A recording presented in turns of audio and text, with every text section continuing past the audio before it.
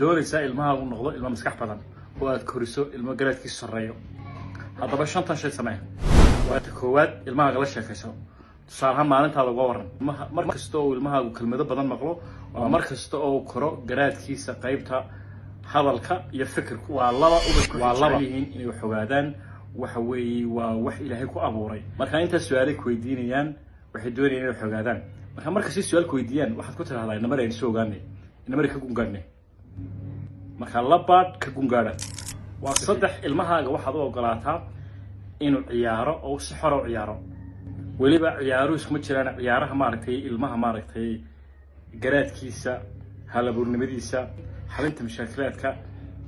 korinaya waxa kamid ah inaad ilmaha u keento waxyaabo uu isku rakibo oo uu wax ka sameyn karo ama guriga ka dhisi karo ama gaari ka sameyn karo waa afar maalin kasta ilmaha ugu yaraan 5 minute wax akhridaa taasi waxay ka caawinaysaa inuu ilmuhu kelmado badan maqlo wax sidoo kale ka caawinaysaa in ilmaha dhugashadiisu inta uu ilmuhu wax dhugan karo inay korodho oo uu maaragtay ay korinaysaa iyo sidoo kale imaginationkiisa waa 5 ilmaha waxaad amaanaysaa tacabkiisa maaha natiijada ilaahay waxaan noo weydiinayaa ubad caafimaad qaba oo garaad badan oo diin leh insha Allah